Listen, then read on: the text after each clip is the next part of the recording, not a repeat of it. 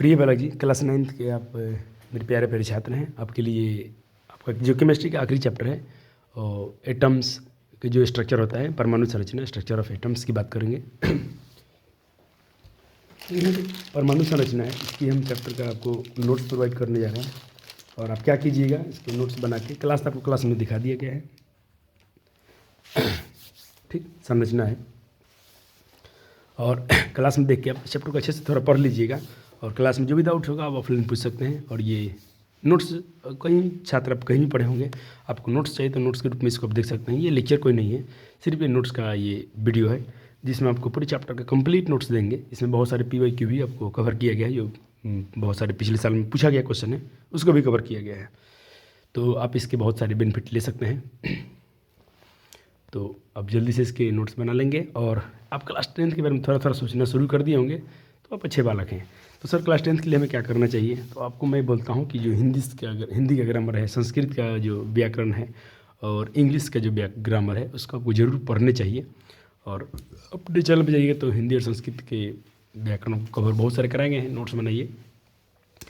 और बाकी विषय के लिए भी चिंता मत कीजिए। अभी क्लास 9th आप खूब अच्छे से रिवीजन कीजिए, क्लास 9th में अच्छा स्कोर कीजिए, 10th में बहुत अच्छा तैयारी आपका हो जाएगा, ये बात की आप विश्वास रखिएगा। अभी क्लास 9th में पूरा फोकस कीजिए 100%। क्लास 10th में बहुत मज़ा आएगा आपको और क्लास 9th आप बहुत अच्छे से पढ़ लेते हैं।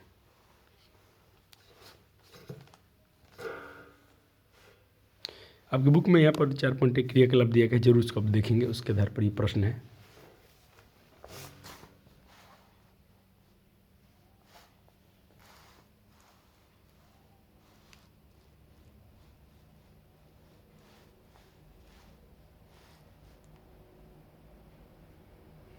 ये बात आप याद रखेंगे कि कैथोड नेगेटिव होता है, एनोड पॉजिटिव होता है।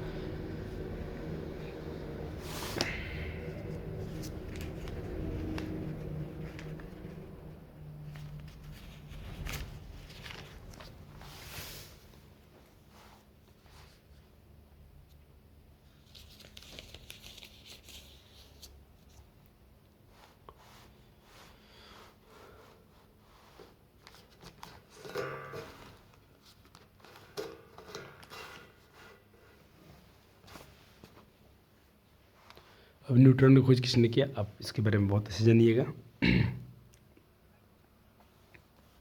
पहले जेम्स चैडविक ने किया था न्यूट्रॉन खोज। जो भी पार्टिकल्स हैं, सब पार्टिकल पढ़ते हैं ना, ये इलेक्ट्रॉन, प्रोटॉन, न्यूट्रॉन, इसे ईट पर नाच, इसे इलेक्ट्रॉन पर से प्रोटॉन और नाच। ठीक, तो ईट को, इलेक्ट्रॉन को जे थॉम्सन ने, प्रोटॉन को रदरफोर्ड ने और न्यूट्रॉन को चैडविक ने, 3 व्यक्तियों ने इसे किया। बहुत पेपर में आपके में से सवाल आता है बार बार, आप थोड़ा ध्यान रखेंगे इस चीज़ का। और चैप्टर क्लास 11th का बेस है, क्लास 11th में इसको पढ़ना है बहुत डिटेल में।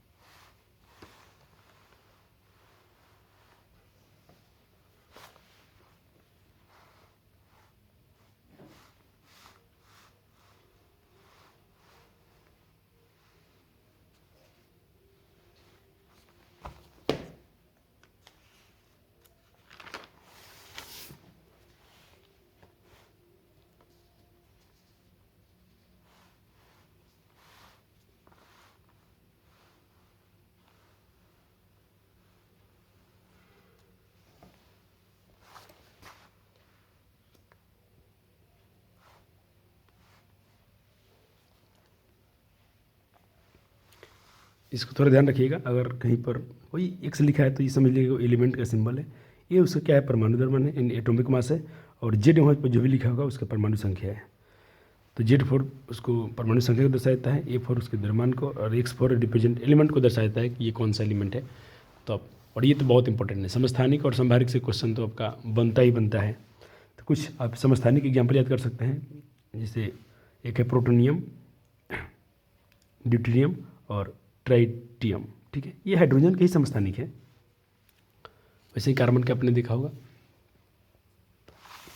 और एक आएंगे आपको संभारिक।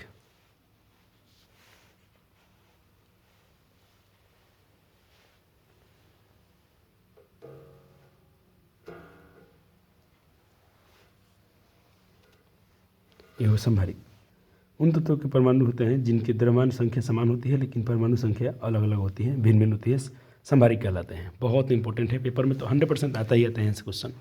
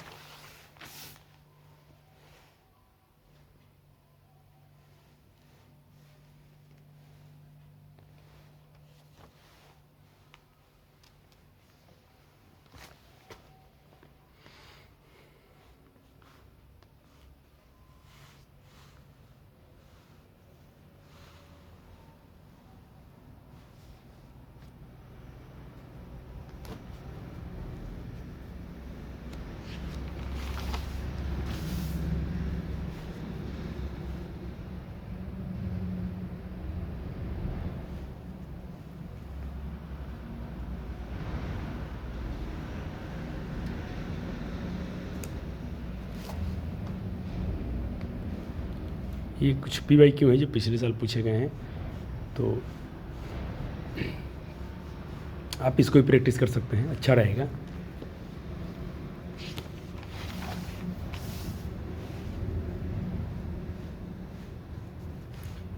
तो वजह ये परमाणु संरचना का यहीं पे नोट्स ये होता है कंप्लीट। और एक बार अपने खुद से नोट्स को अच्छे से पढ़ लीजिएगा, अपने कुछ NCERT को कंसेप्ट को थोड़ा रिवाइज कर लीजिएगा। सर के जो भी लेक्चर्स हैं ऑनलाइन चलता है क्लास ऑफलाइन में, तो उसको जरूर ध्यान से देखिएगा। जो भी डाउट होगा तो पूछिएगा। इस वीडियो को हम नहीं डाल पाए हैं तो इसके लिए बहुत बहुत माफ़ी चाहते हैं। क्लास 9th के लिए मैं बहुत किया हूँ इस साल, लेकिन ऐसा नहीं कि पूरा कर दिया हूँ, लेकिन फिर भी आपके लिए बहुत अच्छा काम किया गया है। आपको मैथ में इतने अच्छे से पढ़ाया हूँ कि जितना अगर मैथ उतना आप अच्छे से पढ़ लेते हैं तो आप मैथ में अच्छा स्कोर कर सकते हैं। एक चैप्टर का बच जाता है प्रायिकता, उसको हम जल्दी कवर करा देंगे, उसके लिए आप बेफिक्र रहिएगा। और बहुत बहुत आपका धन्यवाद। वीडियो पसंद आते हैं, नोट्स पसंद आएंगे तो आप इसको लाइक और शेयर जरूर कीजिएगा। अपने मित्रों के साथ शेयर भी कर सकते हैं। धन्यवाद, थैंक यू।